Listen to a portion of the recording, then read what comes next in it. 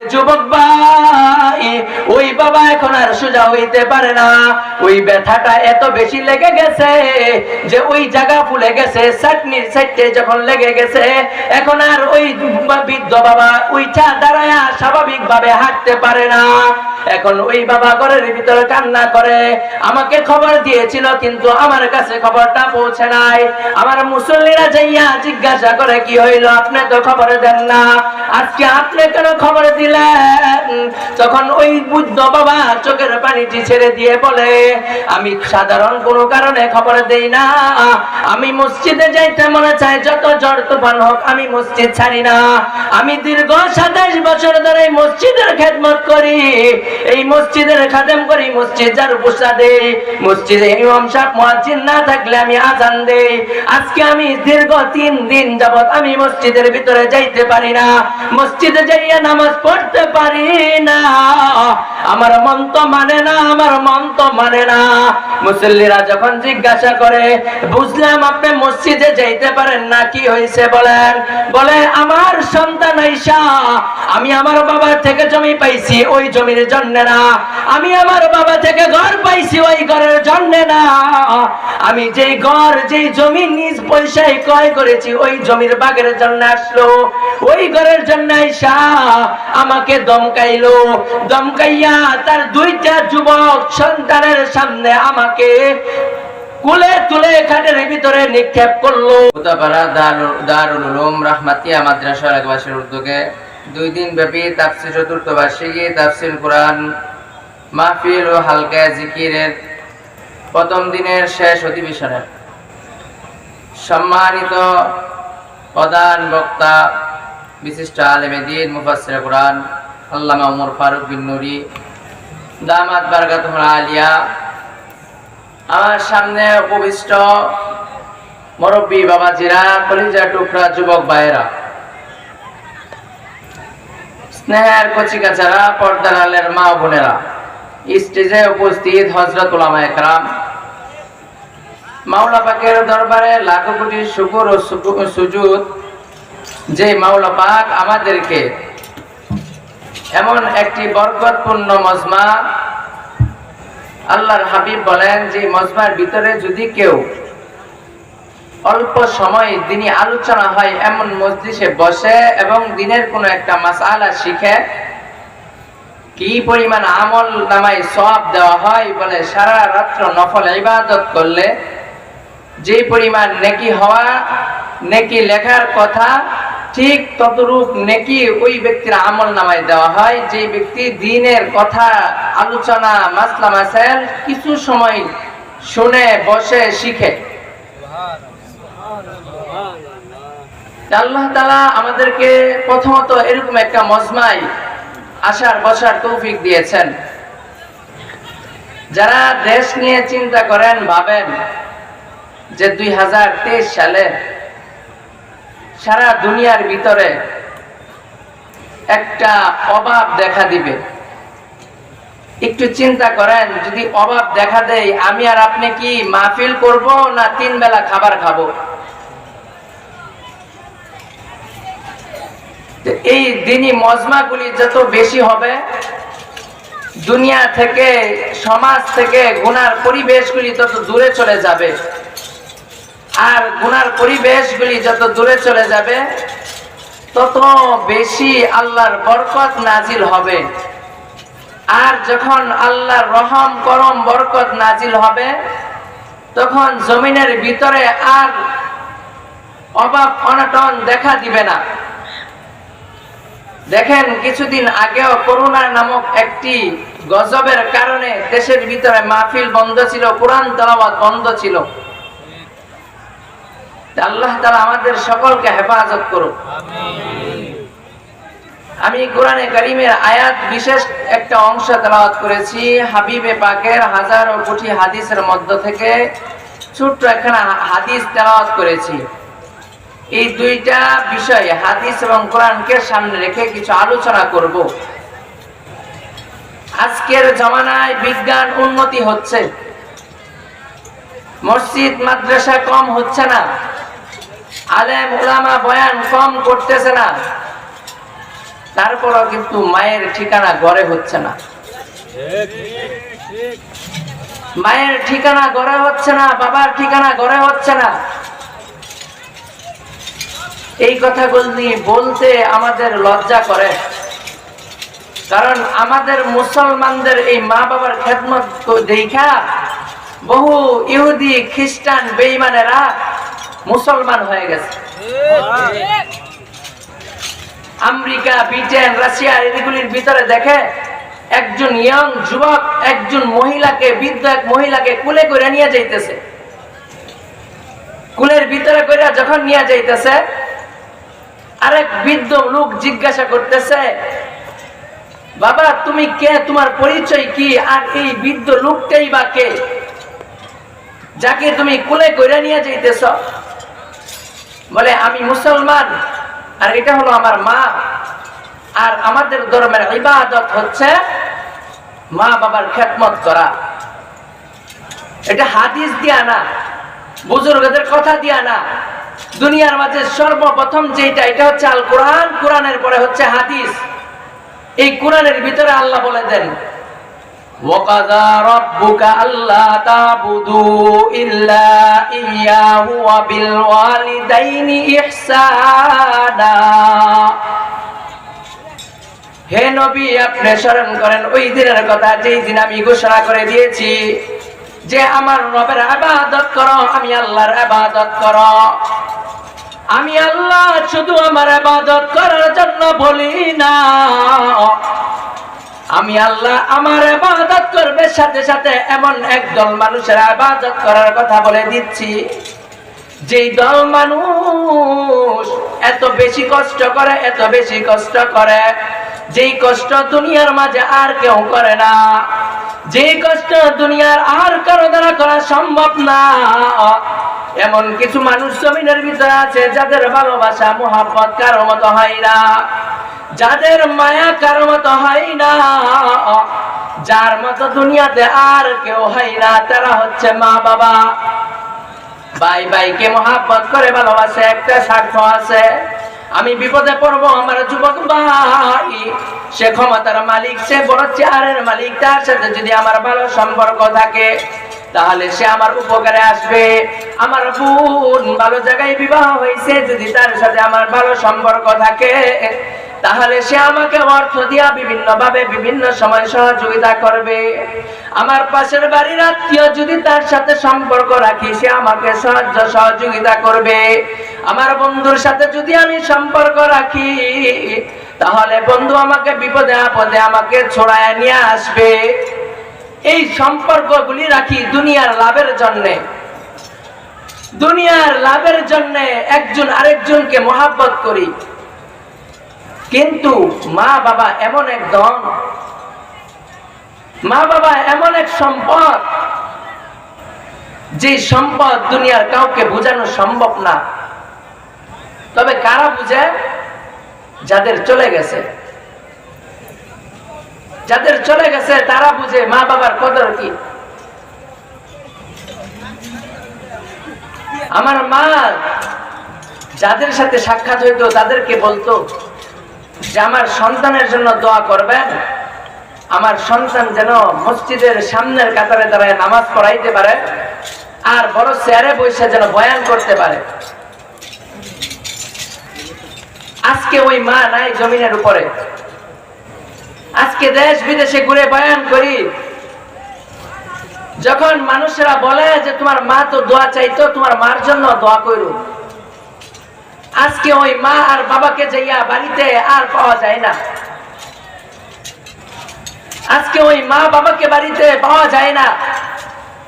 আর আজকে একটা সাইনবোর্ড দেখলাম, আমি আগে দেখি নাই, আসছি এদিকে, কিন্তু আমি দেখি নাই যে লেখা সাজায় গুছায় লেখা, যার খাস বাংলাটা হচ্ছে বৃদ্ধাশ্রম। গত 2 দিন আগে এক মহিলা একজন বৃদ্ধাশ্রম থেকে একজন লোক মারা গেল। মারা যাওয়ার পর বৃদ্ধাশ্রমে ভাই জমিনের কোন গরিব দুঃখী মানুষের থাকে না মা বাবা, কোন হাফেজে আলেম কোরআনের হাফেজের মা বাবা বৃদ্ধাশ্রমে থাকে না।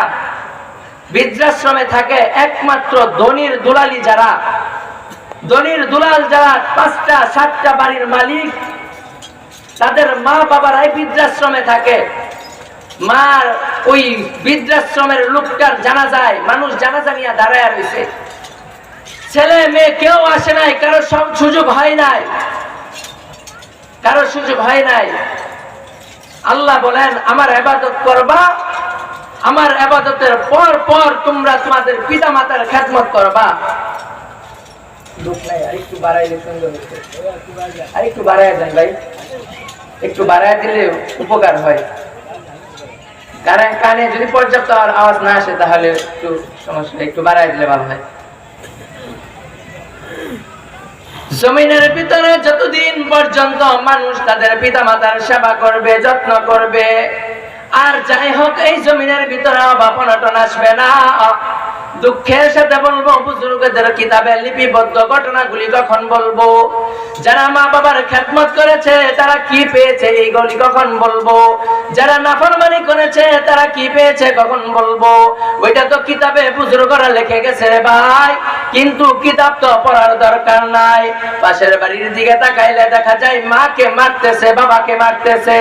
আল্লাহ তাআলা কোরআনের ভিতরে ডেকে বলে ইম্মা ইয়াবলুগান্না ইনদাল কিবারা আহাদুহুমা আও কিলাহুমা ফালা তাকুল্লাহুমা উফফিন ওয়ালা তানহারহুমা ওয়া কুল লাহুমা কাওলান কারীমা।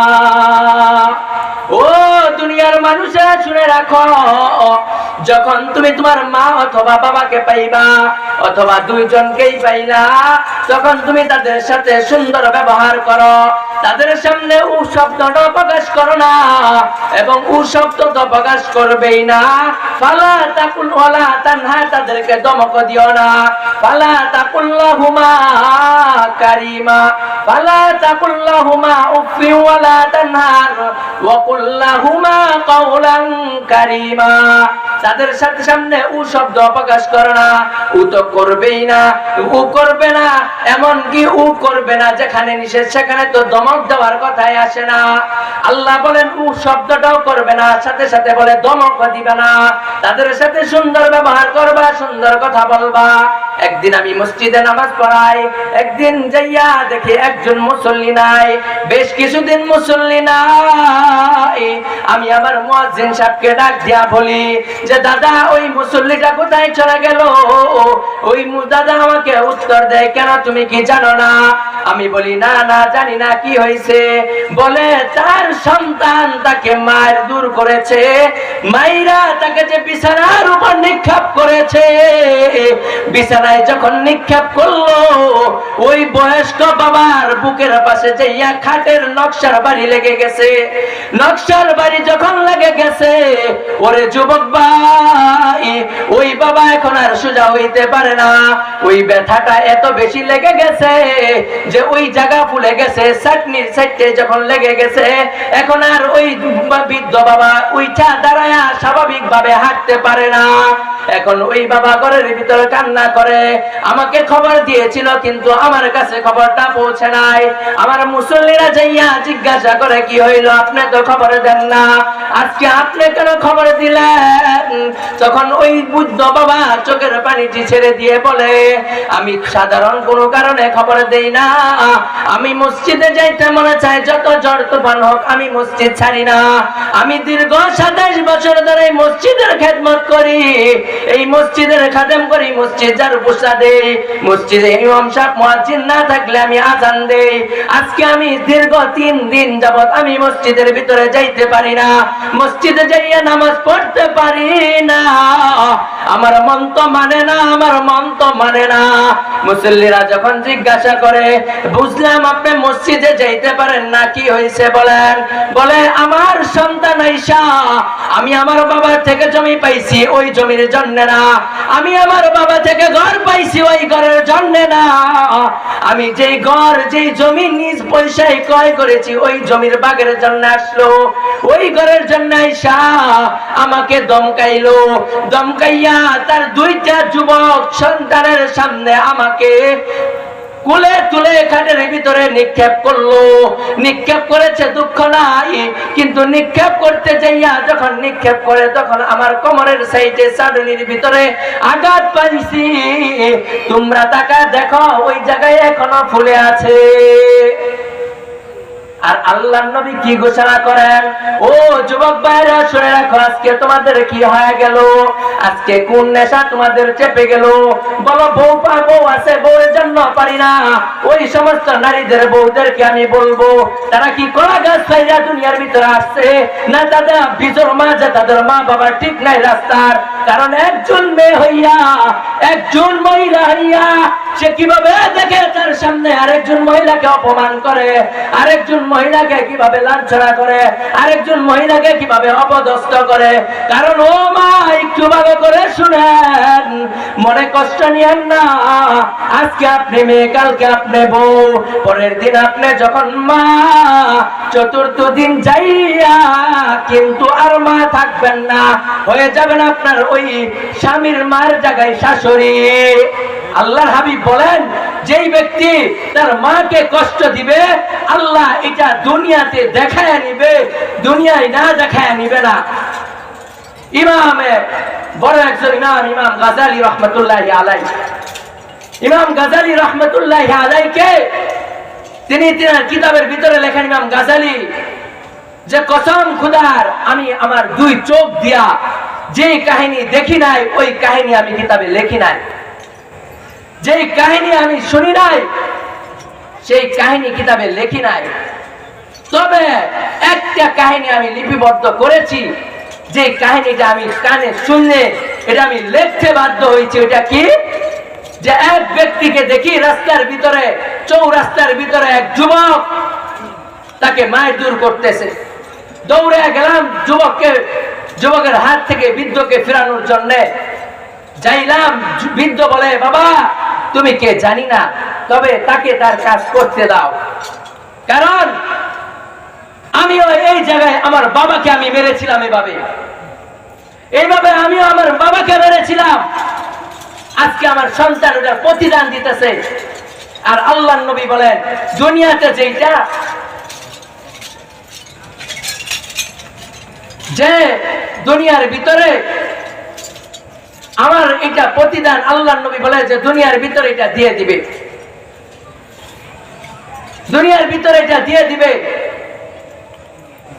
সাহাবী আয়েশা বলে, ইয়া রাসূলুল্লাহ, আহাক্কুন নাস, মানুষের মধ্যে অধিক পাওনা কে? বিহুসনি সুহবাতি, ভালো ব্যবহারে। আল্লাহর নবী বলেন, মা মা মা। তৃতীয়বার যাইয়া বলেন, চতুর্থবার যাইয়া বলেন, তোমার বাবা। মাকে প্রাধান্য দেওয়া হয়েছে। আল্লাহ কোরআনের ভিতরে বলে, তোমার মা এত বেশি কষ্ট করেছে যেটা দুনিয়ার কারো দ্বারা বোঝা সম্ভব না। তোমার মা অনেক কষ্ট করেছে, দুইটা কষ্ট, একটা পেটে রাখার কষ্ট, আরেকটা হচ্ছে যে পেটে তো রাখলো, প্রসবের যেই বেদনা, দুনিয়ার আর কেউ এটা হয় না, এটা আর কেউ এরকম বেদনা সহ্য করে নাই, শুধু মা করেছে। এই কারণে প্রধান যিনি আমাদের আলোচক হুজুর চলে আসতেছে, সংক্ষিপ্ত কয়েকটা কথা বলবো, বলে শেষ করে দেব ইনশাআল্লাহ।